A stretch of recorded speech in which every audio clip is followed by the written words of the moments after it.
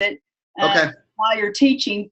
I'm Allyson Lewis, the founder of the 7-Minute Life, and as many of you know, I have ADD, and so I've created this as tools, and if you have some form of attention deficit or attention problems, just put it in the chat and say, yes, I struggle with my focus and attention. I'd love to see how many of you are like me that have issues. Make sure that you're chatting to everyone down there. Oh, goodness, we are seeing people come back.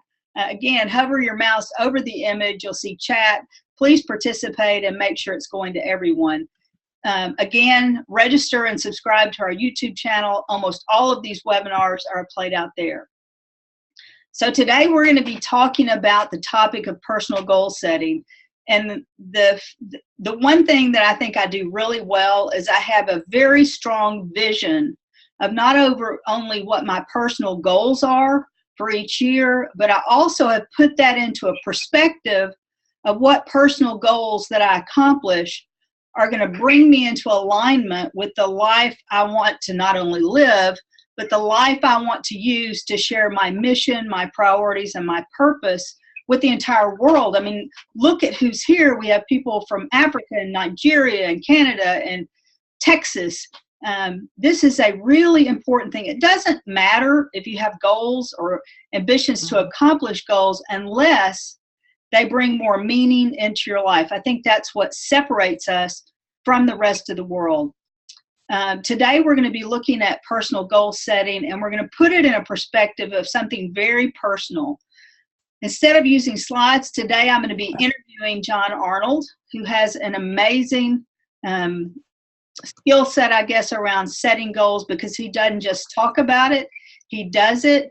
And today, which I'm sure you'll be pleased of, I mean, these webinars we put out for free. Obviously, we're a business. One of our goals is that we want to make the business profitable and continue to grow our revenues. So make sure you know about our products and our services and our coaching and our speaking.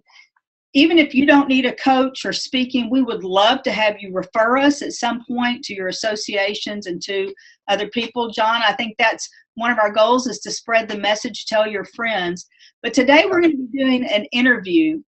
And I do want to say, rather than selling you something at the end of this webinar, we're going to be giving you kind of a belated Christmas present in a great way to start off the new year. So make sure you stay until the end of the webinar for the surprise, and we'll be giving you a what do you call it? A gift. Okay, so let me introduce John Arnold. John is our Chief Inspiration Officer. He's been following the 7-Minute Life for 10 years now, since '06. He was an early adopter and has used these tools to change his life. He is also a Presbyterian preacher, has served as a minister in the Presbyterian denomination for more than 25 years. He is very insightful, very compassionate and caring, which I think you can tell from these things. But in any role that you play, father, mother, pastor, businesswoman, stay-at-home mom, stay-at-home dad, goals are important. And so today we're going to be looking at John's life experience with goals. We're going to be talking about all of the things. So John, I want to get some few short answers from you today. Okay. First, what is a goal, John?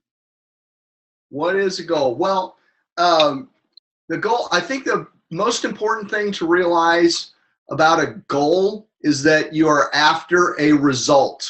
Now that may sound strange, but one of the biggest problems people have that we're going to delve into and solve today is clarity on goals. And a lot of times they don't have a goal. What they have in my mind is a good intention. I think that's why so many of the resolutions, people adopt resolutions for the new year. And a resolution, I'm going to do a compare and contrast here. A resolution in my mind tends to be just a really warm felt intention. It's a good intention, and intentions are awesome. In fact, I work very diligently at consciously shaping my intentions for every day. But goals have teeth to them.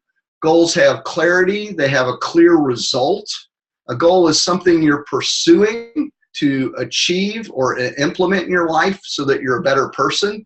But in the end, I think it boils down to a goal is a result you get at. Like if you think of sports, a goal in sports is, you score. You get 2 points or 3 points or 7 points or 8 point, depending on what your sport is. But getting a goal in a sport is getting results on the field. So I'm going to keep it that simple, Allyson. Feel free to add to it if you want to. No, this is, John, you're the insightful one. I want the next question I have is, why are goals important, and why do we not want people just to listen, but to actually set their goals at the end of this call? Sure. We've done a lot of study around what makes people happy. What is it that brings people joy and fulfillment in life? Because ultimately, while Allyson and I talk about time management's not the end or the goal of the 7-minute life.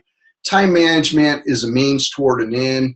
Ultimately, the end is we want you to live a more fulfilling, a more happy life, a happier life, I should say. And what they've found through research again and again is that so much of our joy is rooted in accomplishment and feeling and knowing that we're moving and living more fully into the things that we value. So goals become concrete ways to motivate yourself to achieve things. And when we achieve things, and this is really physiological, when we achieve things, it triggers some brain and body chemistry.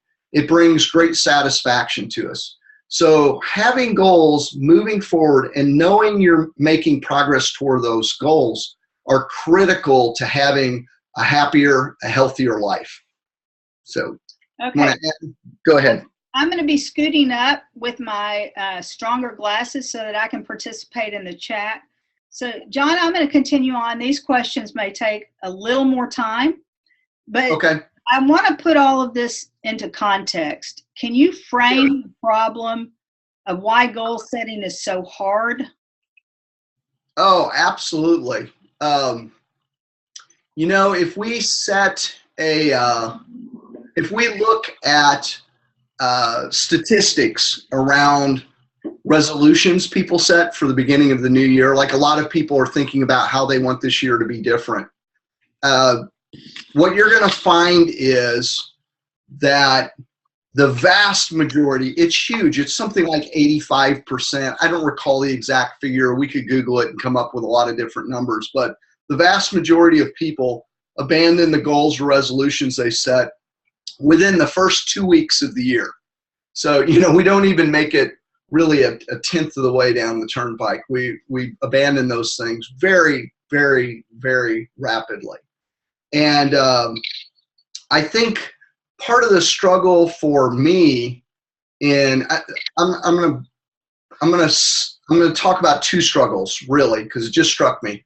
There's two struggles. There's the struggle of setting goals, but then there's the struggle of getting or achieving the goals, and those are really two different things. But the struggle that people have, I find, with setting goals is oftentimes it's rooted in our failures from the past.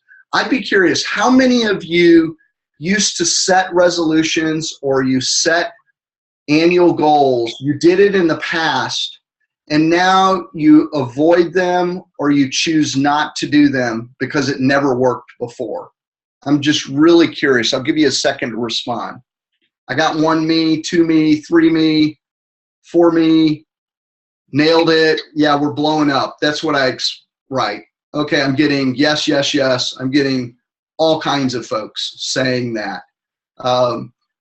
One of our biggest inhibitors about setting goals is guilt and shame from having set goals in the past and having failed to do it.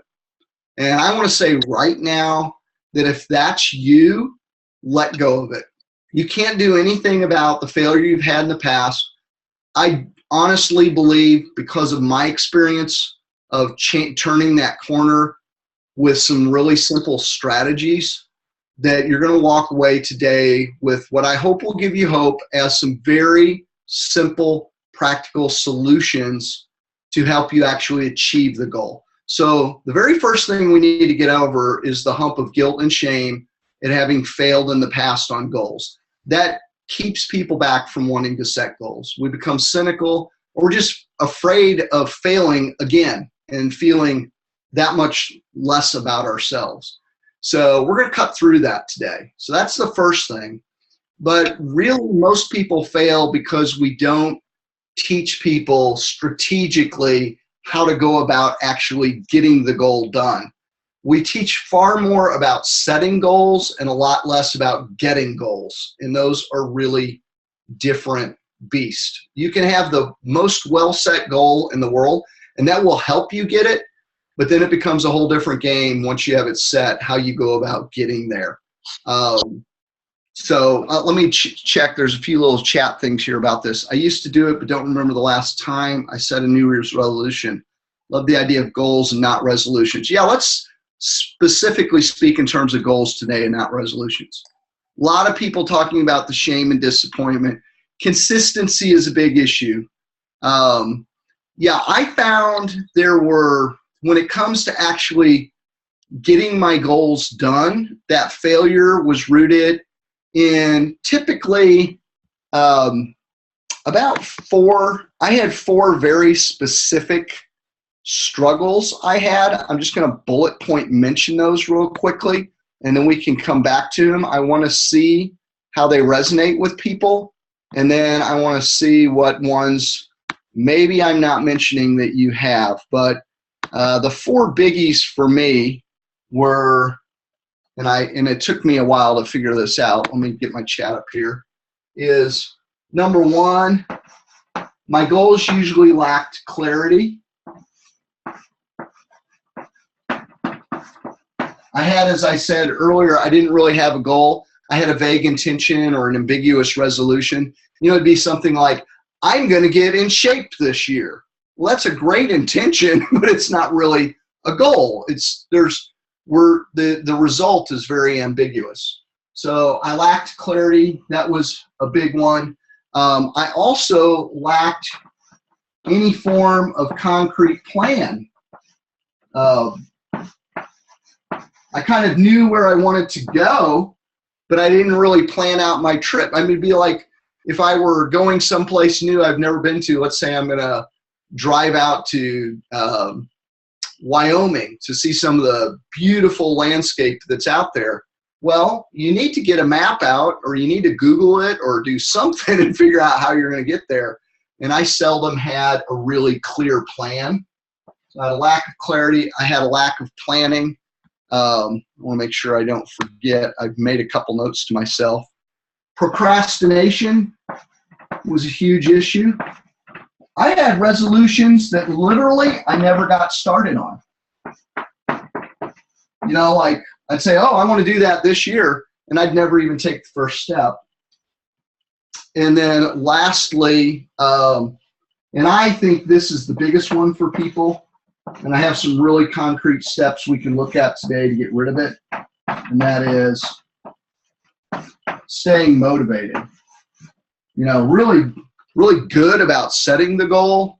Staying motivated was a whole nother issue. It was really hard for me to stay on track.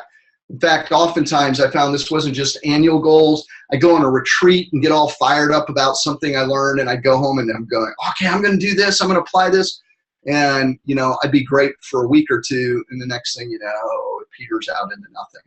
You know, so I'd fail to stay motivated. Somebody said number 4 is the biggest one.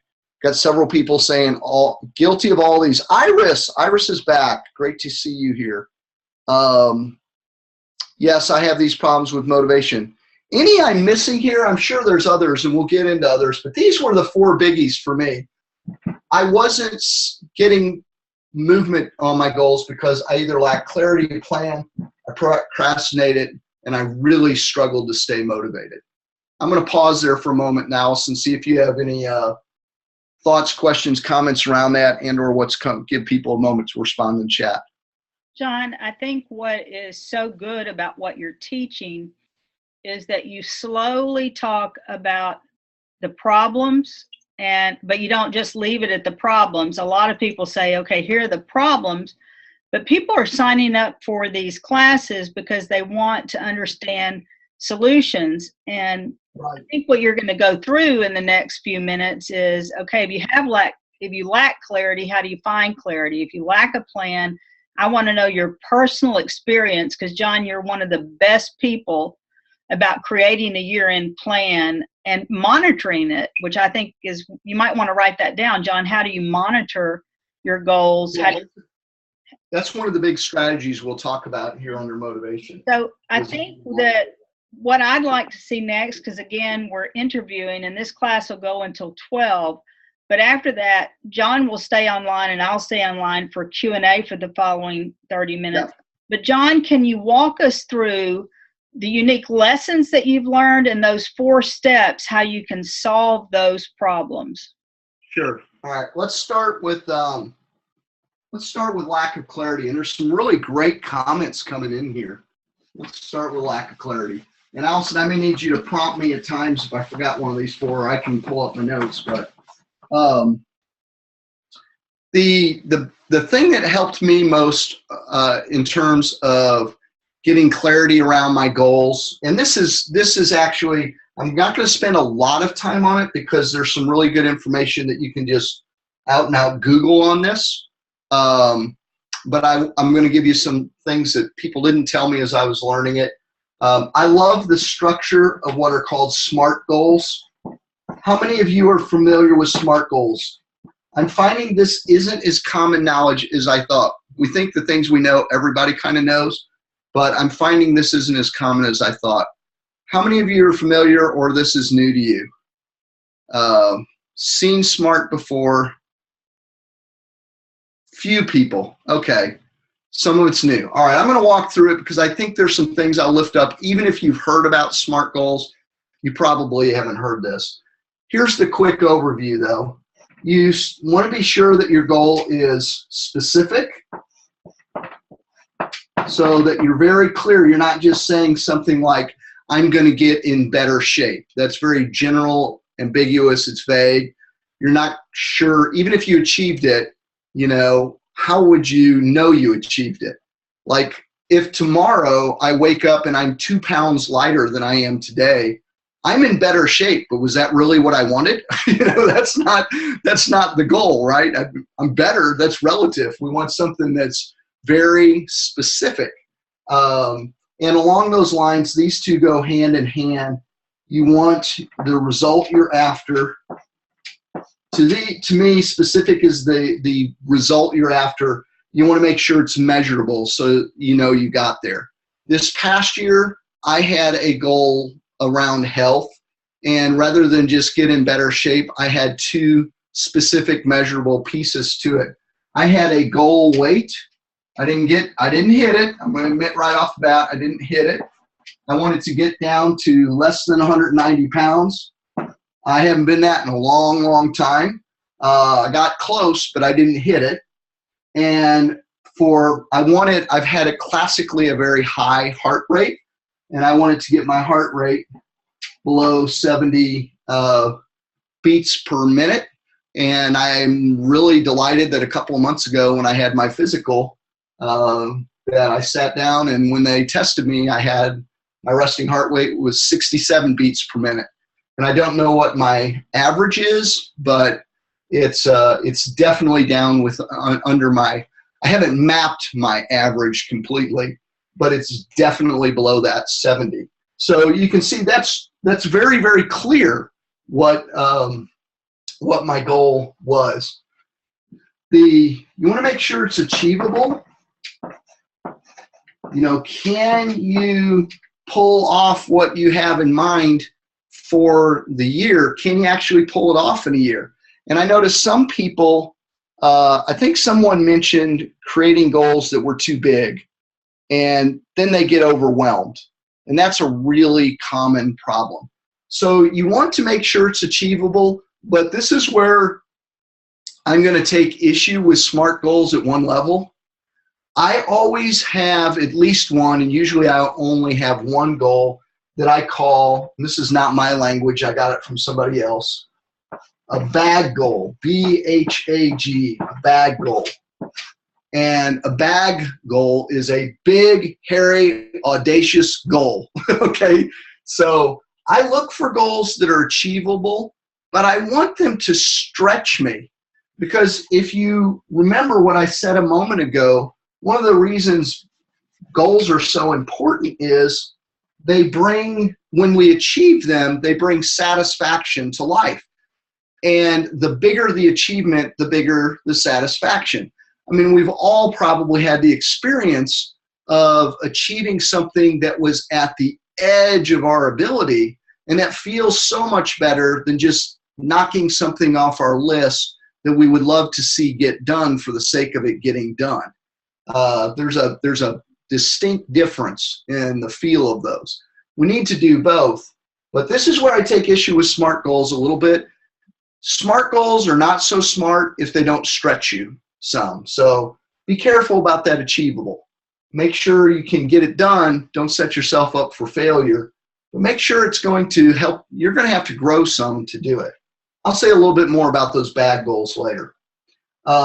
This is, out of all of the pieces, and I don't think people speak about it enough, relevant. Make sure your goal is relevant. I actually think out of all the things on the list, to me, this has become the most important piece of all. And I'll tell you why. I used to think it had to do with specificity, because I found the clearer your goal is, the more likely you are to achieve it. But you can have the clearest goal in the world, and if it doesn't matter to you, if it doesn't grab at your heart, if it's not relevant, if you can't look at somebody and say, this is why I want to achieve that, and you're excited about that, then no matter how clear it is, odds are you're not going to accomplish it. And when I write out my goals, and I do write out my goals, I physically write them out. I write down these elements for each one of my goals. When I get to the relevancy portion, I always include two things. I include why it's important to me. You know, I'll basically complete the sentence, this goal matters to me because, and that will answer the relevancy. Here's the piece that I don't hear people talking about. It's not common wisdom that I highly encourage you to do. And that is, I also always write what is at stake if I don't do that goal. What is at stake? If I fail to complete this goal, if I fail to accomplish this goal, what's going to be lost? That's critical information, because it's not just information. That's what gets at your heart and helps keep you motivated. I would say that many times when you fail to stay motivated on a goal, that oftentimes the relevancy of that goal is unclear, or it's not strong for you. It's not a compelling goal for you. So you really need to question those goals. I'll give you an example. I failed to get one of my annual goals this year, and I realized it should have never been on my goal sheet, because it really wasn't a goal. It was an unfinished task, and I think I was playing a game with myself, and I was elevating an unfinished task to the level of an annual goal to maybe push myself into getting it done. That failed. That didn't work. And the goal was this. I have 2 incomplete patios that need to be redone, and I put that as an annual goal. Well, that's a house project. You know what my relevance around that is? It's nothing. You know, there's no heart to that for me. You know, if I were selling my house, you know, next month, the relevance would go way up, way fast, you know, really quickly.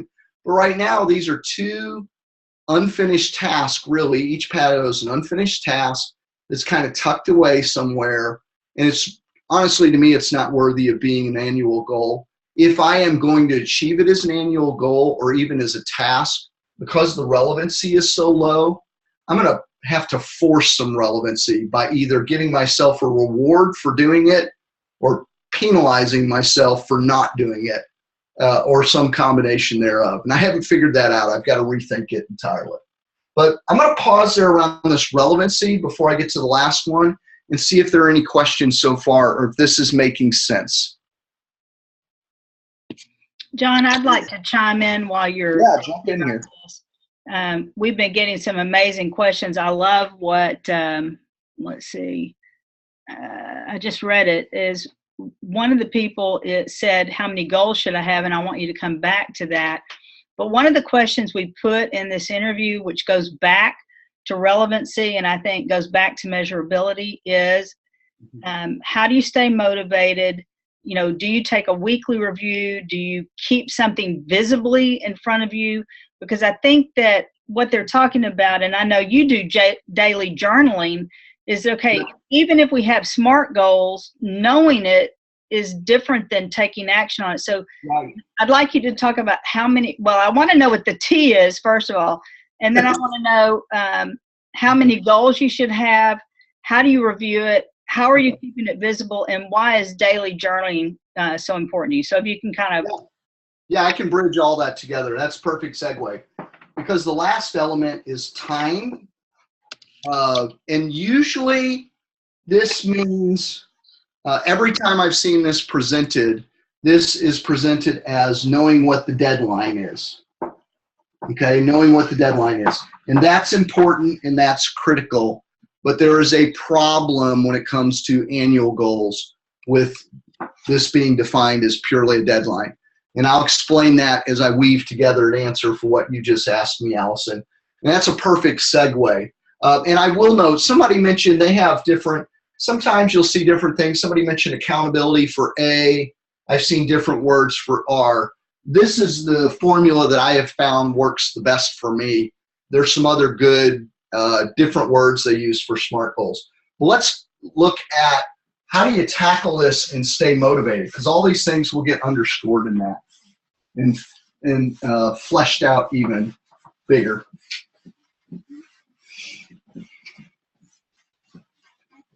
Okay, so in terms of process, I will say a word about process. I evaluate my year. I look back on my year prior to come up with goals for the new year. People have questions about that in the Q&A. I can talk about that evaluation. But I look back on the new year, I brainstorm some things that I want to do, and then I clarify down. For me, I have had anywhere between 8 and 12 goals. Now that's a lot, and I'm not sure that I would encourage you to take that many. However, if you do that, one of the things that I do in it is I intentionally put some, I call them kind of low-hanging fruit goals for that I can put it, particularly one at the beginning of the year, and I can scatter a couple others throughout. And what I mean by low-hanging fruit goals is I try to make sure that I have some goals that are meaningful to me that I can accomplish pretty regularly or pretty quickly. And I try to get one of those done in the first quarter, just like bam. And that success, then I can build on that success. So I do anywhere between 8 to 12. Some people, they narrow those down to 3 to 5. And there are some real high performers who say, my sole focus this year is going to be this one thing. So that's pretty subjective and personal. I find for me that if I were to hone in on just 1 or 2 or 2 or 3 goals, my interests are too varied. I would get burned out on that very quickly.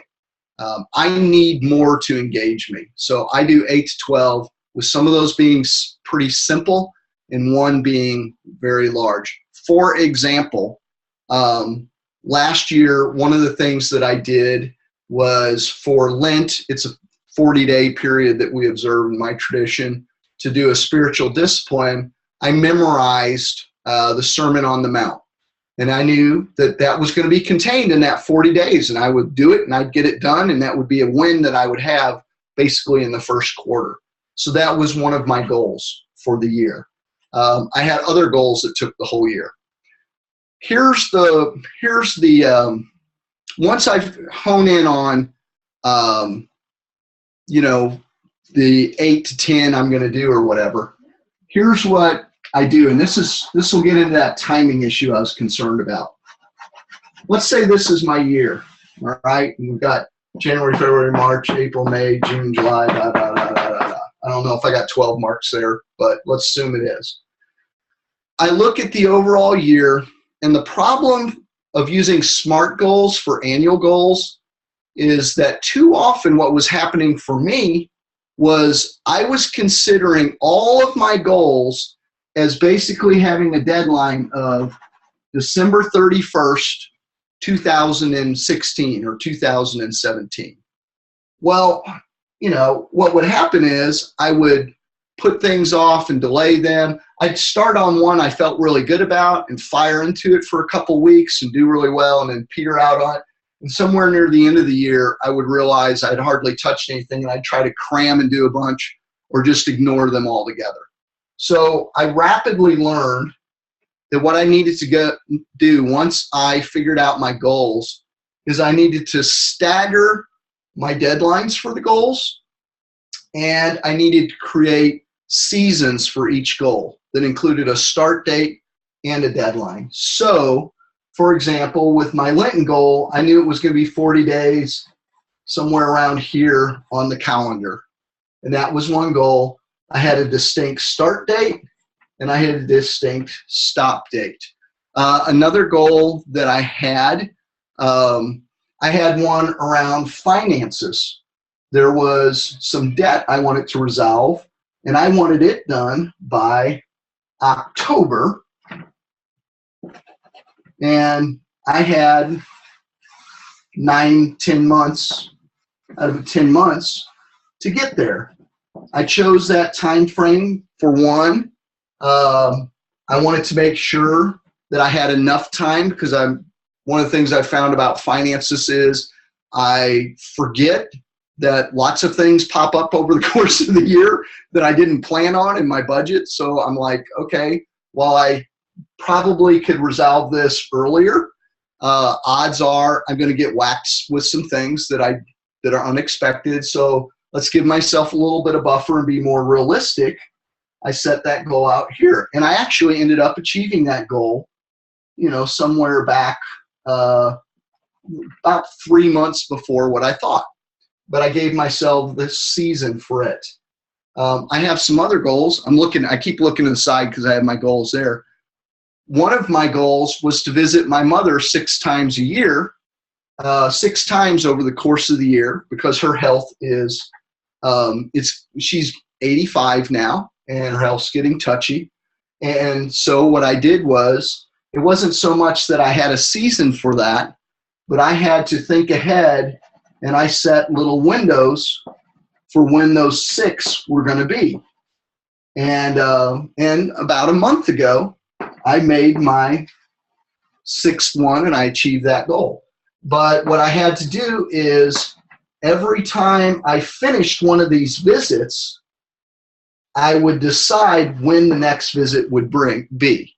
And so here's something, if you're a note taker, here are 4 timepieces that I want you to have in mind that you should take away from this. And then I'll talk about my daily and weekly routine. There are 4 timepieces you need to keep in mind. You want to have your completion deadline. That's the one everybody thinks about. And you want to stagger those completions so that you're not setting yourself up to try to do too much at one time. You want a start date. Many goals simply don't get done because they never get started. They get procrastinated and procrastinated. They never say, oh, I'm going to begin on March 1st to do that.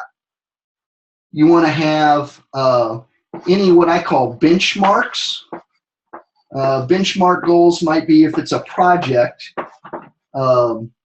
If you have a project style goal, for example, with my patio that I failed to do, my first, I needed to procure all the materials, and that was one part of that project. Once I got all the materials, I had to prep the space. That was another. I set deadlines for those various pieces, like when am I going to get all my materials by? When will I have the space ready by? When will I actually complete the rough lay-in of it, and when will I do the finish work? So it was kind of broken down into 4 mini goals, if you will.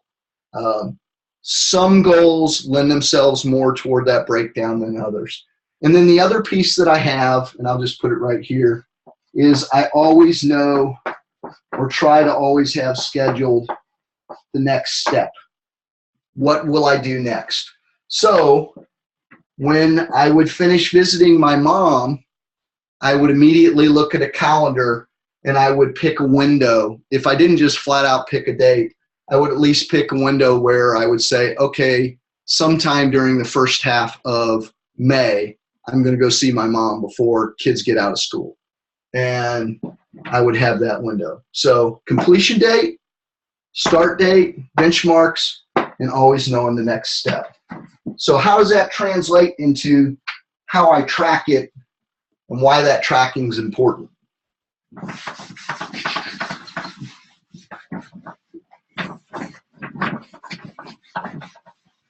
I have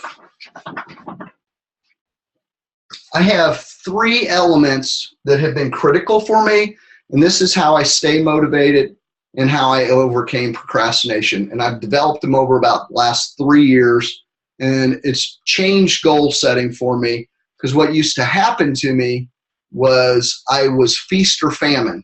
I would set 8 or 10 goals.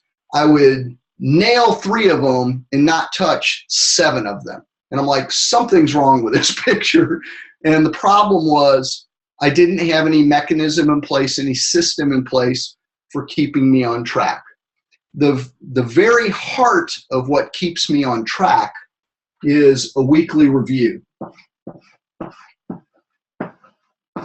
And for every one of my goals, I have a spreadsheet. That's a fancy, that's a bigger word for it than I should use. I have a sheet, and my sheet is simply this. And we have a weekly goals review sheet that's really good, but this is distinct from the weekly review sheet we have on the 7-Minute Life is looking at your week and seeing how your week went. That's important to do. But this is specifically around my goals. For every goal, I have a sheet, and I have a grid at the bottom, and I have one column that is simply the date, and I have another column, and over there, every week, rain or shine, come Monday morning, I write a few sentences about what I did on that goal and what I have in mind for the next week. So what did I do? What did I fail to do? And what do I have in mind for the next week? Now, you notice that I'm not always working on all my goals at once. I still look at that for every single goal every week, whether I'm working on one or not. And on weeks where I'm not working a goal, oftentimes all I'll put is no action, or sometimes I put no action intended. And that keeps that goal in front of me nonstop. Literally every week, I have to look at it and go, where am I now? Well, I'm not working on it now, and that's okay. When am I going to be working on it? Oh, you've got 3 more weeks, and then you've got to be back on this. This made all the difference in the world to me. Transformed everything about staying motivated. And the key for it is that if you're going to do a weekly review, that you have a hard, fast routine around it. In other words, you know when, where, and what you're going to do for that review. It doesn't have to be complicated. Mine's not. I write the date. I write a handful of lines.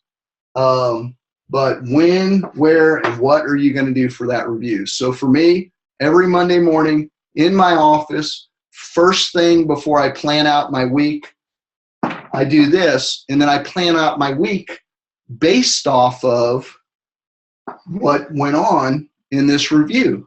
So I set action steps for my annual goals. Every week I'm setting action steps on my annual goals because I'm reviewing them before I plan my week out. And that's how I make sure those big pieces get in before other things. So let me pause there, and then I'm going to talk about what I do on a daily basis.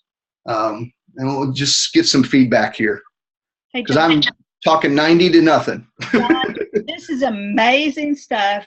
If the group that's listening, our group is growing, so people must have been sending out emails to their friends. As you're going through this, I think what is so important, and I'm about to put it in chat, is that these webinars are not just telling you what a goal is or why it's important. We're setting out concepts of what things are, but then offering solutions and actions for people. I do want to add or just share a couple of things, because we've got 13 minutes left before we go into Q&A. As we were going into this, what you're talking about, moving into daily journaling and daily planning, I love the concept that you shared with me about celebrating 3 wins on your goal every day and writing those down. Yeah. So can you talk about talking about your daily structure, and then talking about celebrating those wins that you see every day? Sure. I've developed a morning ritual for me that includes different things I do to strengthen myself in mind, body, spirit, and relationships. And part of that is journaling. I've got one of my journals right here. I journal each day. And the elements that relate to my goals that are really important out of my journal are, I start with, well, I'll give you kind of the overarching picture of what I journal, and then I'll highlight the things that have to do with goals. But I start with an inspirational quote, and I look one up every day, and I write it down at the top of my page.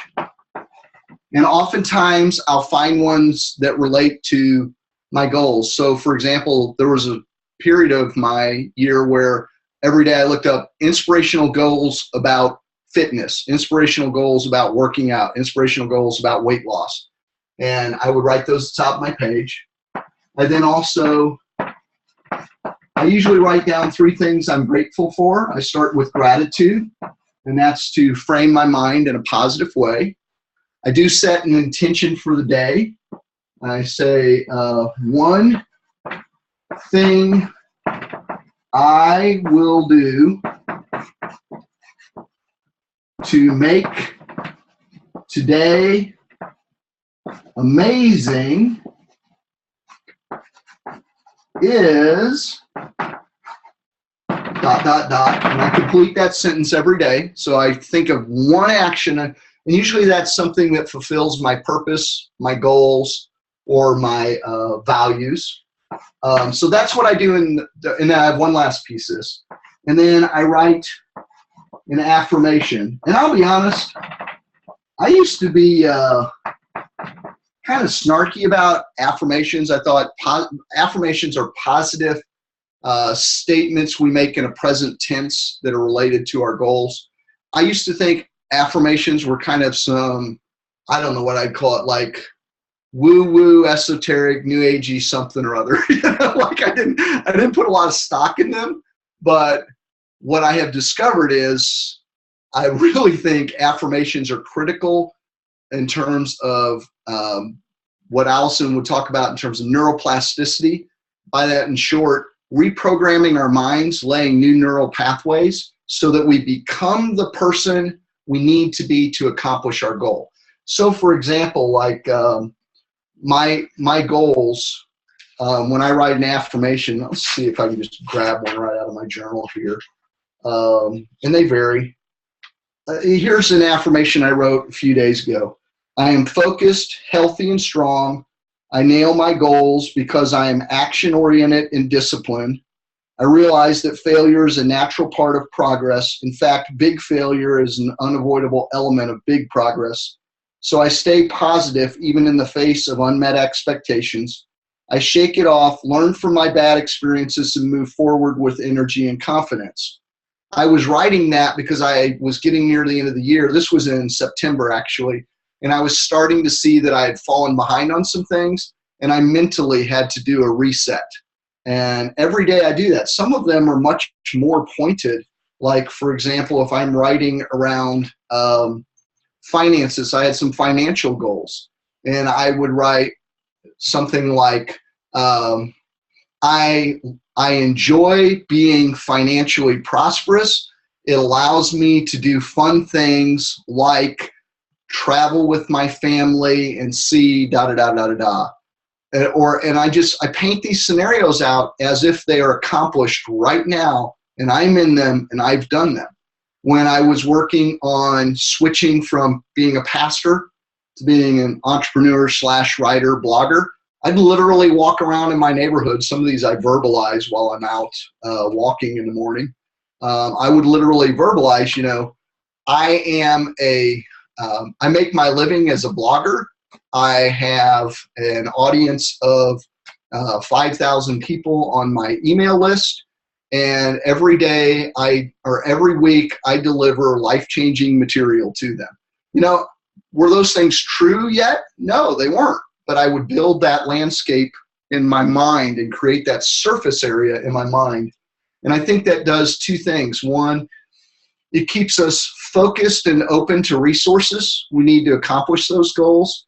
But it resets that shame and guilt from past failures to where we become that confident person who can then achieve the goal. And we do it, I won't say effortlessly because goals take work, but we do it, it's inevitable. Like, it's who we are. We cannot help but achieve the goal because we rewire who we are. So this is my morning. This is what I journal in the morning. And then in the evening,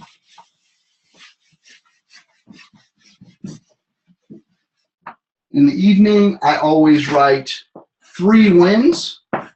This is different than my gratitude. I may be grateful for those things, but 3 wins like today, I may have as one of my wins, had an awesome webinar today and I lived out my purpose because so-and-so said this in the webinar. If someone says, John, you're a blessing, I'm like, bang, I lived out my purpose today. That's a win, because part of my purpose is to be a blessing with what I've been blessed. So when I hear those words mirrored to me, I'm like, check it off. That's a big win. Wins do not have to be big fancy things. I'll share an example of a simple one to wrap up here in just a moment, and show you just how life-changing these goals can be. But I do 3 wins, and then I always put one thing I could have done better. One thing I could have done better. So, and then I'll close with a story in a sec. I'm going to show you, I keep stuff visible. I'm very tactile. I learn kinetically. I have to do things. You see me working with a board instead of PowerPoint slides because I love writing it out and I love having it physically in front of me. I take my goals. Let me grab a chart here real quick.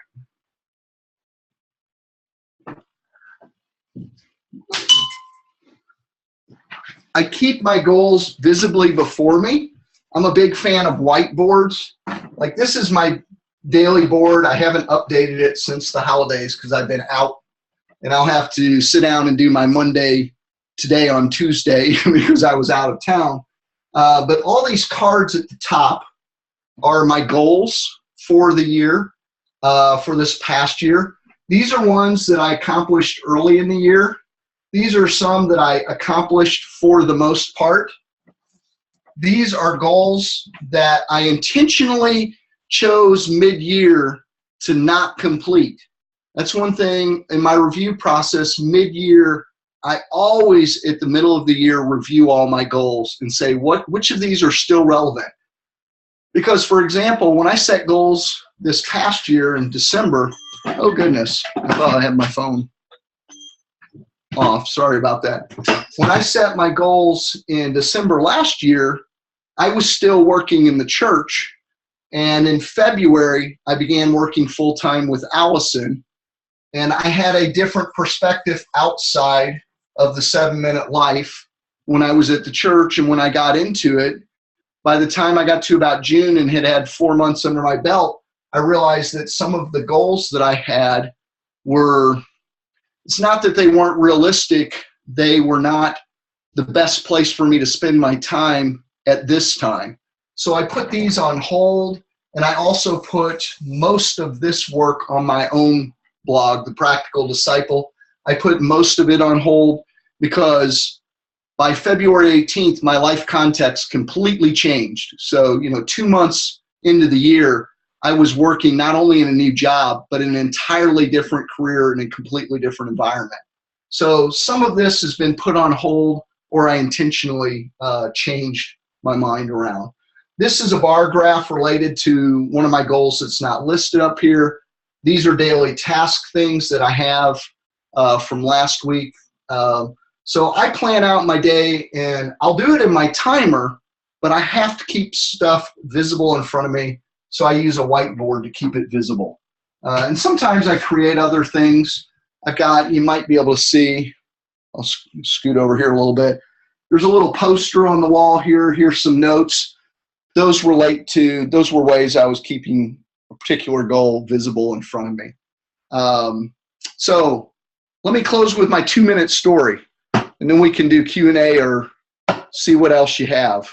Is that good? Can I do a quick story, Allyson? John, you can do anything you want. These people are blowing up the chat. The 2 minutes would be great because I want to make sure I give away their Christmas gift. So you have 2 minutes for the story, and then I'm going to give away. Something big. So. Okay. All right. Best year. Somebody asked about the bye-bye. Better You, Better Year. It's a curriculum that I'm working on that's my own process. So that's what bye-bye stands for. Better Year, Better You, Better Year. Because, I will add one thing, and this is something that I did not see people teaching me that needs to be taught. Once I identify my goals, one of the things that I look for, I always try to identify what are habits that I could adopt to help me achieve the goal. Habits that I could adopt, not just discrete actions, but if I can put a habit in place that I'm always going to do every day or on a particular morning or a particular day of the month, that really helped me get toward my results more quickly. So, all right, let me tell the story, and then we can unpack a lot of these things because there's a lot more I could share around it. Somebody mentioned the 5-minute journal. My journaling is kind of a mix mesh of other things that I've run into. I may have even run into 5-minute journal before, but I keep tweaking it until I've got down to what works best for me.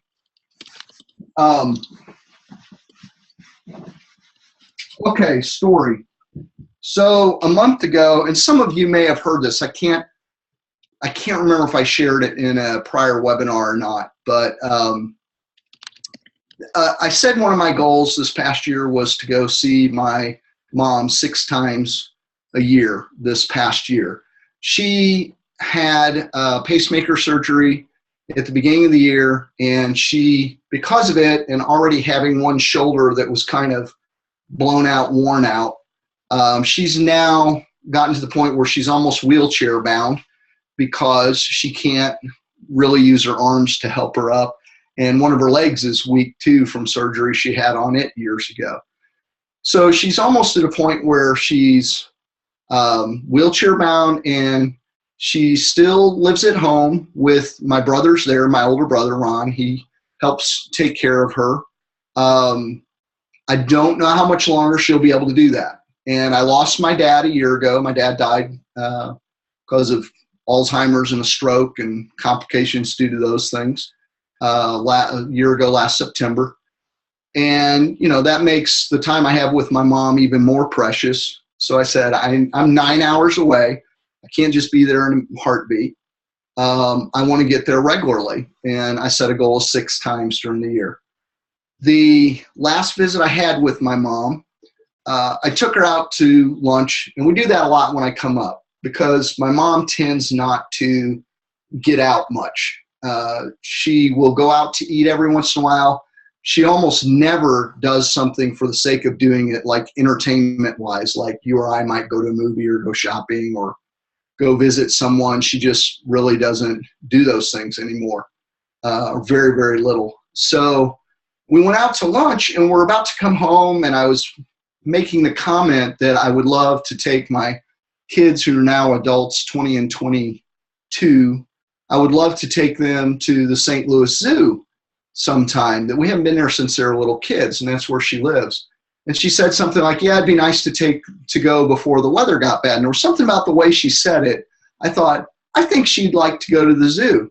So out of the blue, and I think it was driven a lot by the work I've done on getting clear on my priorities and my purpose, I thought, you know what, there's no reason why we can't go right now. I said, Mom, why don't we go down to the zoo today? We could go right now. And she's like, okay. And I was like, cool. I thought she was going to have all kinds of, oh, I couldn't do that for this. And I was like, no, okay. So we loaded up. We stopped by the house, got some warm clothing. We ran down to the St. Louis Zoo. I got there. My phone died. I was so frustrated because I wanted pictures of us together. And as we went through the zoo, I stopped at every gift shop I could find in the zoo thinking surely maybe somehow they still sell disposable camera. And so anyways, so I finally, in like the fifth shop, I find a disposable camera. And I get it, and I'm snagging people right and left to take our picture as we're going through the zoo in front of cages and all that kind of stuff. And it's really funny because, like, I had to tell people how to use a disposable camera. It's like, you got to push that little wheel and hold the button down. And they had to check the expiration date to see if it was any good when I bought it. But so we had this fantastic time, and my mom was sharing these stories with me that I'd never heard. Like, she and my dad lived in South St. Louis, and I knew that, and they were dirt poor. But what I didn't know was because they were dirt poor, they went on dates all the time to the zoo because it was free. And so she and my dad had spent all this time at the zoo there, and she's telling me about it while we were walking along taking these pictures. And so we had a fantastic afternoon. I took her home, and that evening I tucked my mom in bed, and as I was tucking her in, literally, tucking sheets under, I leaned over and I gave my mom a kiss on the head, and I said, Mom, this was a really special day to me. And she looked up at me and she smiled and she said, it was special for me too. And, that's what this is all about. If I had not set a goal at the beginning of 2016 to spend those 6 visits with her, if I had not then charted out my year and said, this is the first time I'm going to go, and once I did it, said, this will be the next time I'm going to go, and if I hadn't written that in my journal week after week, I never would have had that memory with my mom. Not only would I not have that memory, what I would have in its place, when I talk about what's at stake, I know what's at stake. I'm a pastor. I've done 1 million funerals for families, and I know what's at stake. And what's at stake is having, instead of a moment of getting to look at my mom and the two of us say how special the day was, having instead a bucket full of regret of, I wish I had done this. I wish I had been there. I wish we had gone out. We also spent that evening, I've said time and time again, I'm going to sit down and I'm going to go through old pictures with my mom while she's still here and can tell me who these people are. And we spent that afternoon scanning pictures, and I have them in my computer and I'm putting names on them. And because of these 6 months, I don't think I could have, these 6 visits, I'm not sure I could have ever convinced my mom of this before because her health is poor. I'm going up there next week, and my mom's going to come back and spend at least 2 weeks with me here next week. And she hasn't been down here in several years, but I think because of that investment of time and that goal, she's at a place where she wants to do that, and she wants to be down here. And we're going to make it work, by golly, somehow. We'll get her down here and make it work. So this is what personal goals are all like. One of my highest values is family. That doesn't mean anything if I go through the year, I neglect my mother, and a couple of years from now, I don't have her, and I just have a bunch of I wish I had done this things on my list. So take time, take advantage of this. Take time to set these goals. They're no small thing. I'm going to stop there. I almost have to stop there. Like, that story expanded me a little bit. Okay, John, I'm going to close this out. First, if everyone can, we actually have more people on the webinar now than we did even 20 minutes ago. Oh, that's cool. If you could, I would love for you to say thank you to John before we give away our Christmas present. But he is a man of verbal affirmation, and John, these people love you. They're following you. We do these every Tuesday. I don't believe anything else is like this. I would like to strip out the audio and make these available as listen-only podcasts, and I think that would be great. We've had some questions, but let me just follow up with where we've come from. We started about what is a goal, why is it important, how to create SMART goals, but that they aren't even important unless they take that single aim, and what I think is that the single aims bring back into the goals, bring back into them. And you said, what's at stake if I don't reach this goal? And I thought that was really important. But you closed on something that I think is even more important. Goals that are important that you write down aren't just something that you check off your list at the end of the year. The point of the 7-Minute Life is to undergird the goals that you have with your priorities, your purpose, your faith, and everything you're hoping for. I think that is the distinguishing factor from what we do. So now I'm going to share my screen, and then we'll open it up for question and answers. We have created a survey. And John, if you will type the 7minutelife.com/survey into this, we have created a survey. And when you take the survey, the 7minutelife.com/survey, this page will pop up. And when you take the survey within 48 hours, I'm going to send out a copy of the 7-Minute Life downloadable daily planner. And what this is, let me see if I can find a blank page here. Well, I've got too much going on. Hang on one second and I'll show you what this looks like. This is a different version of our daily planner. This is an 8.5 by 11 version that is pre-dated, so you don't have to add any of the dates in, and it's sent to you as a PDF. So if you take the survey, we're going to send you a free copy of the 7-Minute Life Daily Planner, a downloadable version. And this is what it looks like. I think these questions are important. We are learning a ton about what people want, who they are, what countries they're coming from, are they stay-at-home parents? But then we get to things that, like this, in one sentence, describe yourself. Where did you hear about us? But even more importantly, let me get down to some of the things that I think are more important. You know, what are your top 3 time management mistakes? How is your health? All of these things, I think, bring awareness of where you are in life and will help you set your goals. The shocking thing that we're seeing is that time management skills are directly correlated to depression and anxiety. And then you put in where you'd like us to download that planner. So I want to do that. John, I'm going to stop sharing my screen and open it for questions and answers. Yeah. 2 things that have come out of this. People want a check-in group where they can hold each other accountable. Oh, cool. And we've said, go to our Facebook page. I'll post that again.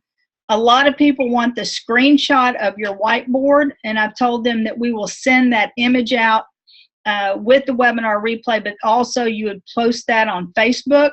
Okay. So Yeah, people to like the Facebook page, and I think it could become really interactive. But we're going to have another webinar next Tuesday, and when you get something, share it out. The last thing that I'll say is on this survey that we just talked about, this is shareable. Please feel free to share this link, the 7minutelife.com/survey. to any of your friends, your coworkers, your family members.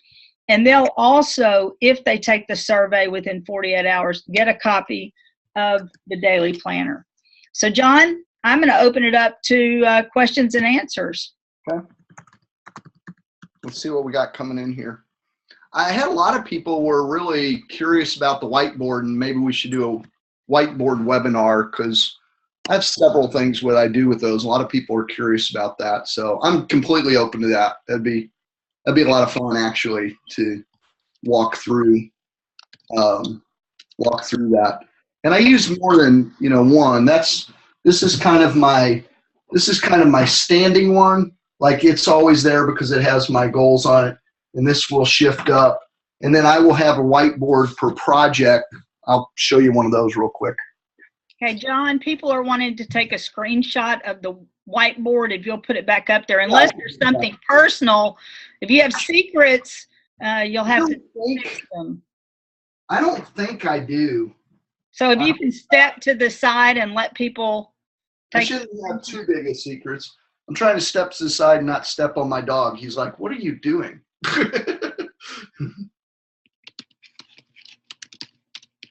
Let me know. I'll keep it up there another second. I can take a shot of it too and send it out.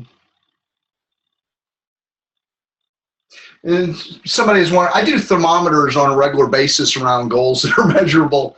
That was there. I want to create a list. I'm in the process of putting together a list of 100 people to beta test something. And I put that thermometer up, and I haven't updated it yet with who I have on there, but I'll literally start coloring this in until I get to 100 people. That's a common thing for me to do. Can I swap this out now? Yes. John, why don't you open it up to Q&A? Okay, will do. And I'll show you, this is a project. Like here's a project. This was as we were releasing the class last week. Those of you who heard about it, we're getting ready to do a master class. This was a project board I had running for about a week, couple weeks. This was the calendar of when emails needed to go out and different things needed to be done. There was one mini project in that I'd never done before, and I'd created a grid of what needed to happen, and these others were miscellaneous tasks. And at one point, it was moving so fast. I actually got all these done, but at one point we were moving so fast, I just gave up on checking off and just kept moving. So it was a kind of crunch time. So I try to keep my goals visible, either through this. Sometimes for goals, I set up, I write things on my mirror in dry erase marker to remind me. Like sometimes I'll put where I am on something. Like when I was working on blog traffic, I used to put the goal number, and I would have where I was at currently in terms of blog traffic. That last board, Susan was asking, that was just an example of one of my project boards where I was in the middle of a specific project and I didn't want to lose sight of the task. And somebody mentioned earlier, I'd made a note up here, too big, finish line. Some people were talking about they're good about getting down to the finish line. And Allyson has a great term for this. She came up with the idea of the 1 yard line. Like in football, the team gets all the way down the 1 yard line and can't finish up. And somebody else mentioned that they get overwhelmed because their goals are too big. I find for each goal, this is something I didn't mention. I oftentimes create, if it's a project-oriented goal, I create a task list for every goal. And I oftentimes break it down in those benchmark things. If it's a really big goal, I break it down into benchmark goals because I don't want to get myself overwhelmed.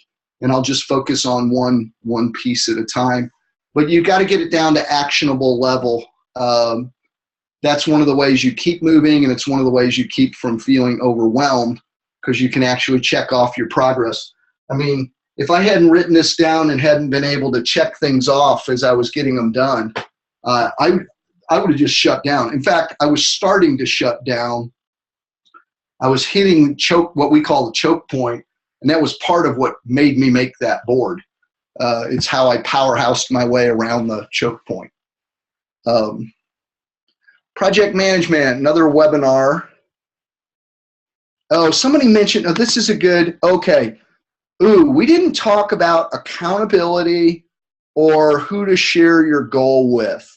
Okay, this is really important. Somebody said, how do you handle detractors who don't think you're serious or see that you have not progressed? They think you haven't made the progress you should. Okay, that's really, really critical. I actually don't share all my goals with everybody. Like, in fact, you may be the first group I've ever, I don't know, I think I've maybe flashed that board up there before. Like, there's nobody that I sat down and said, hey, here's all my annual goals for this year. I'm very selective in who I share my goals with. It's not that I just want to surround myself with only people who are going to be yes men and tell me what I want to hear. But I do know that there are some people that are what's his name? This guy that wrote a great little book about goals. I can't. It's an allegory about a little guy named Nobody, and he wants to become somebody. But he talked in that book about border bullies.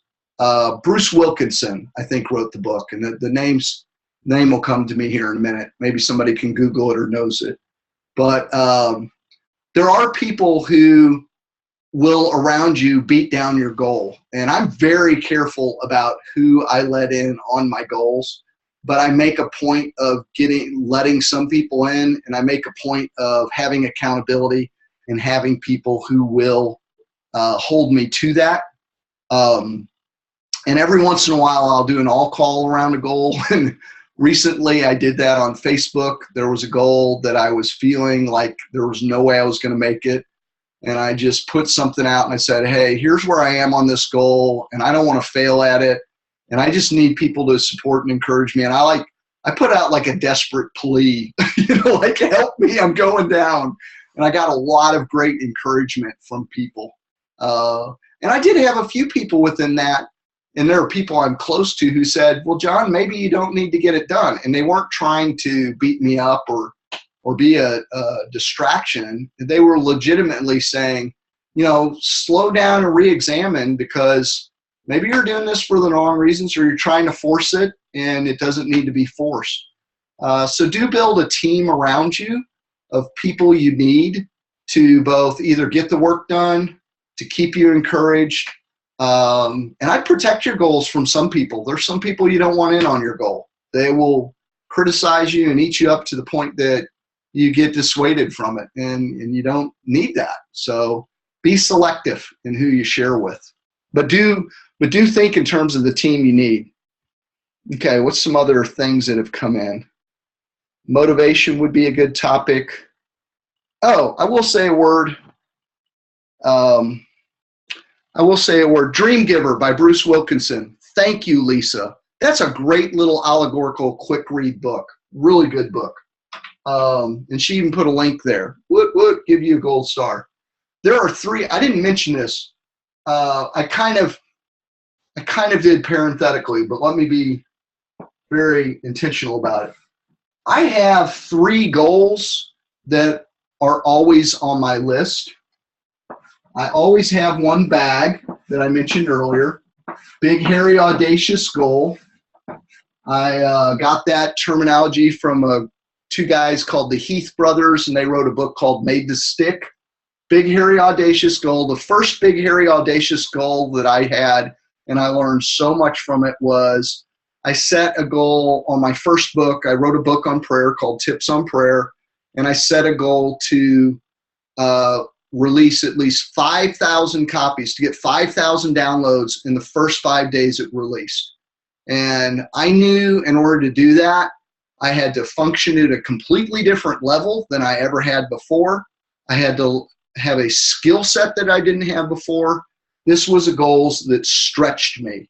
And I think that's the way I know when something is truly a bad goal, is if I accomplish it, it will level up my life. because I will have to perform at a level I've never performed before.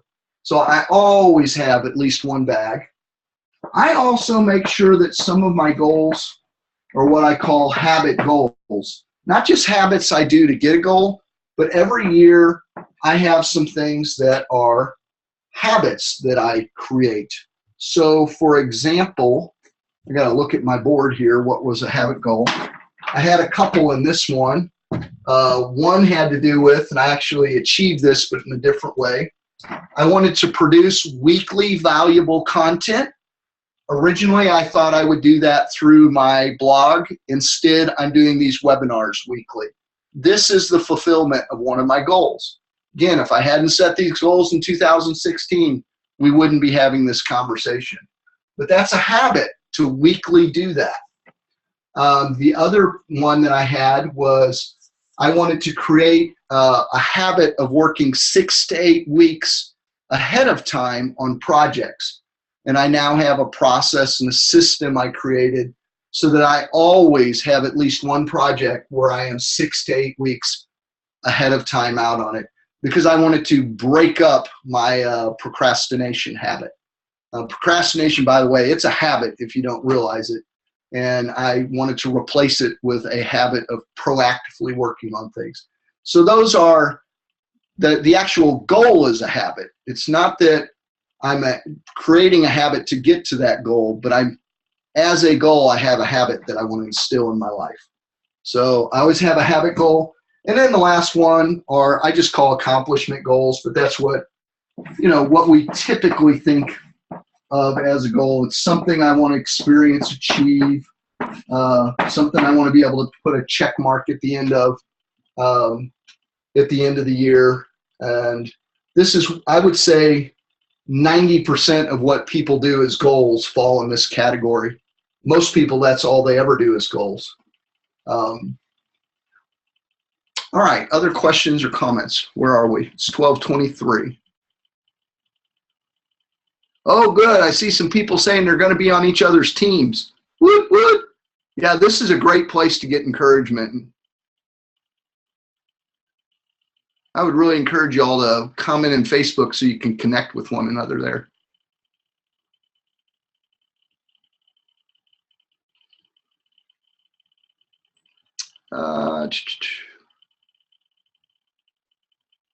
I'm reading through. Sorry if I seem lost, but I'm just playing catch up. You guys are way ahead of me.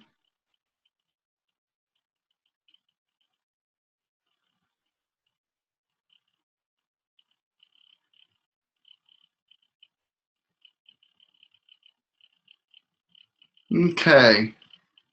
Other questions? John, do you stagger your start dates to keep from having too many goals on your plate? Yeah, absolutely, Lisa. Absolutely. I will. There's a couple things you need to balance as you start mapping. I call it mapping my year when I put all that time stuff down. But let's go back and let's pretend this is your year here. All right, I'll put that mid-year. I'll just do quarterly marks. Yeah, I do. And what I do is first off, it's a little bit of play. I have to play around with it a little bit. I usually start in my mind with the deadline of when I can get it done. So like, I originally had my health goals set. Well, I'll give you an example. I had a health goal last year or year before last, I had a health goal. I do yoga and I wanted to be able to do a forearm stand. It's kind of like a handstand, but this part of your arm is on the mat. And I wanted to be a forearm stand by my birthday, which was in June. And I actually did that. I started somewhere around March, I would say, and it was short. And it was a physical goal, and it wasn't going to conflict with too many other things. But I knew I had to think about when I wanted to be able to do it by, and then I had to kind of go, well, how long do I think it's really going to take me? I sort of work backwards. So like if I want to get done, I'd like to see something done in October. How far back? Maybe it's a goal that's going to take me, 8 months. Where's that put me as a start date? Sometimes what I'll do is I'm doing this process. Let's say each one of these represents a different goal. Okay. When I start to get them mapped out, if I start to see something like this, where here's a period where this completion, this beginning, and the middle of these are all stacking on top of each other, I'll go, I don't think so. That's not going to work for me. So maybe I'll do something like take this one because it's not very time dependent and shove it out over here. But it takes some playing around because, then I may look at this and go, oh man, that means I'm going to get, all 3 of those are going to have to be done in 1 month. So I may end up squishing around. I may end up going something like, ultimately I may end up having something like, this. I start on a goal earlier than I planned. Or I consolidate a goal and get it done faster than I planned. But yeah, I do a dance where I usually start with the end date in mind. I think back through what it's going to take me to get it done. And I always pad that a little bit because almost everything I found, I'm almost always unrealistic in how quickly I can get stuff done. And I'm getting more realistic when I map them. But I try to avoid stacking too much work at the same time. Sometimes it depends on the nature of it. For example, like working on this, it meant spending 10 minutes every night in my living room or whatever, flipping my feet up against a wall and trying to hold it there. So it wasn't like it was a big distraction from these. So I may go, that's fine, I'm working on these at the same time. But this really is not going to be a distraction from these 2 things. It depends on the goal and the intensity of what it's going to take. So it's a little bit of a dance, but I definitely stagger my completion dates, and I even stagger the work to make sure I'm not stacking myself up. And you got to keep in mind other things going on. Like if you're a CPA, you may go, holy cow, I have no business in, like from March 15th to April 15th, that month prior to tax deadline, I should have no other goal going on. And October 15th, when extensions are due, I better not have anything else going on because my life's going to be consumed. It's not that those are goals, but you got to think about the activity in your life too that's going to come up that may conflict with your goals. It's really important to have that yearly roadmap. This is what made the difference between whether I had consistent, this in my weekly review, those 2 things completely turned the corner for me from having goals that I set 10 or 12 and did almost nothing, as opposed to this, where, I almost dropped that on my foot. As opposed to this, where I 100% completed half of them. These are probably like 90% or there. And I had some that I held off on intentionally or are in an interim space. I would have a whole nother category 2 years ago where I had, probably half of these didn't get touched. And the difference was strategically mapping my time, weekly review. Those were the biggies. And nobody would tell me to do that. I'm like, want to be mad at somebody for not teaching me that, but you got it today though. So anything else?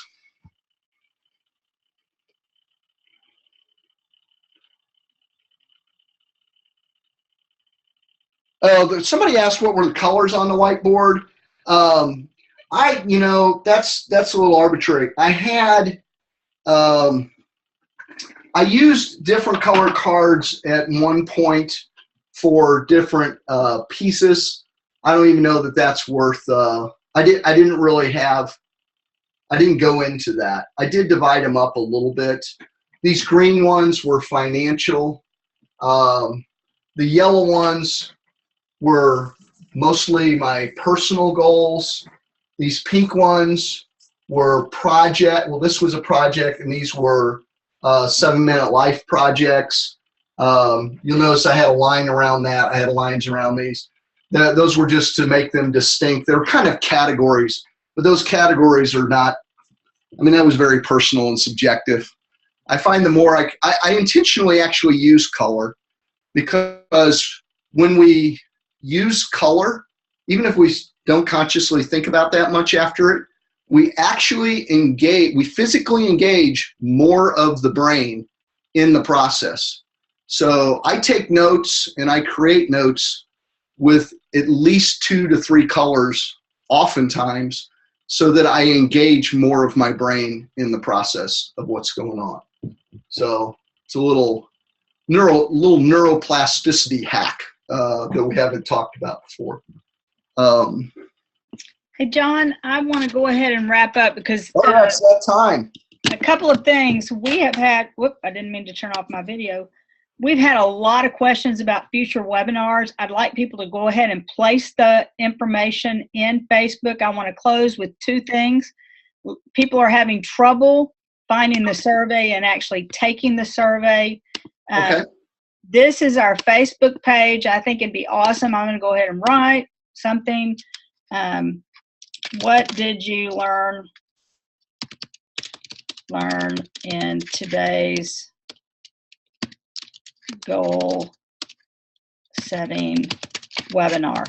And then I'd like to also ask additional, we're going to put up additional questions, but if you will, go to this page, and it's just the 7minutelife.com / whatever. I put it in chat several times. So let's get started. Let's start blowing this thing up.